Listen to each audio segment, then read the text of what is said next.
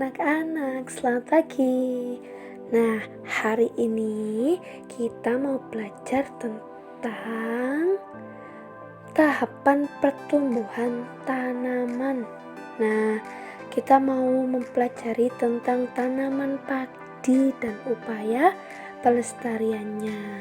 Nah, tanaman padi ini tumbuh dalam 3 tahap. Tahap pertama adalah benih. Nah, ini coba dilihat gambarnya ya ini. Ini adalah contoh benih. Nah, ini adalah benih padi. Benih padi adalah biji padi yang sudah tua. Nah, jadi setelah ada biji padi ini ada tahap kedua. Tahap kedua adalah apa? Adalah kecambah. Nah, ini bisa dilihat di gambarnya ya. Jadi benih padi yang ditanam akan menjadi kecambah dan muncul ke permukaan tanah. Setelah itu, batang akan memanjang dan tumbuh tinggi. Nah, tahap yang terakhir adalah bunga. Dari bunga tersebut akan tumbuh biji padi. Lama-kelamaan, padi akan menguning dan siap untuk dipanen. Nah, jadi sebelum kita makan nasi seperti yang kita makan biasanya itu ada proses yang demikian panjang ya ternyata ya. Nah, kita tadi sudah belajar mengenai tanaman padi, mulai dari benih, kemudian padi itu bertumbuh dan bisa menghasilkan padi lagi, benih padi lagi. Nah, sekarang kita akan belajar mengenai fungsi bagian tumbuhan. Nah, di dalam tanaman padi tadi kan ada akar, ada batang, kemudian ada benih lagi dan juga ada daunnya. Sekarang kita coba mau belajar mengenai bagian tubuh tumbuhan. Yang pertama, kita akan belajar mengenai akar. Nah, akar ini adalah bagian tumbuhan yang biasanya tumbuh di dalam tanah. Nah, fungsinya untuk apa, teacher? Fungsinya untuk menyerap air dari dalam tanah. Nah, kan kita biasanya nyiram ya, nyiram tanaman. Nah, saat air sudah meresap ke tanah, nah ini bagiannya akar untuk menyerap air dari dalam tanah.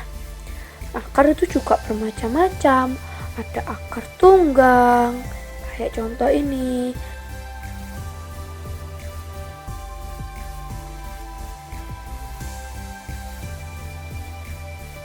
Nah, ada akar serabut yang kecil-kecil.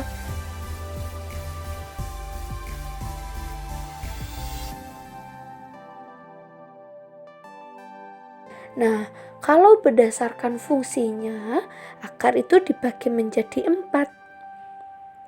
Yang pertama, ada akar gantung. Nah, akar gantung ini berfungsi mengambil uap air dari udara. Nah, contohnya adalah akar beringin. Nah, dia seperti bergelantungan gitu ya, seperti menggantung. Itu namanya akar gantung. Kemudian ada akar nafas. Nah, ini muncul dari dalam tanah ya. Akar nafas ini berfungsi untuk bernafas dan mengeluarkan zat tertentu seperti garam.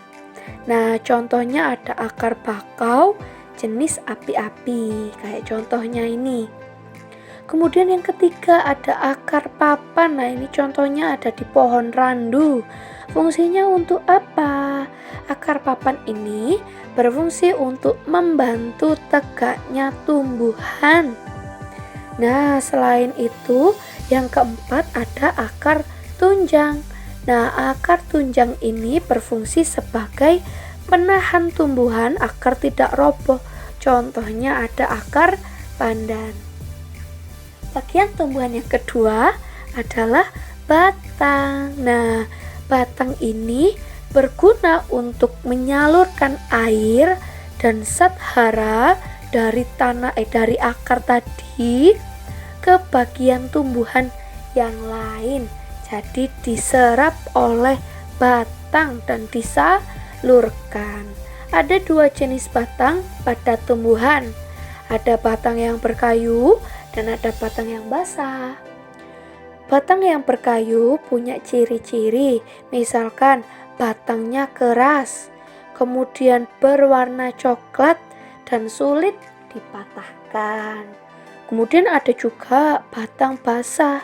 Ciri-cirinya adalah berbatang lunak, berwarna hijau, dan mudah dipatahkan, kayak seledri ini. Kemudian ada daun. Nah, daun ini berguna untuk membuat makanan.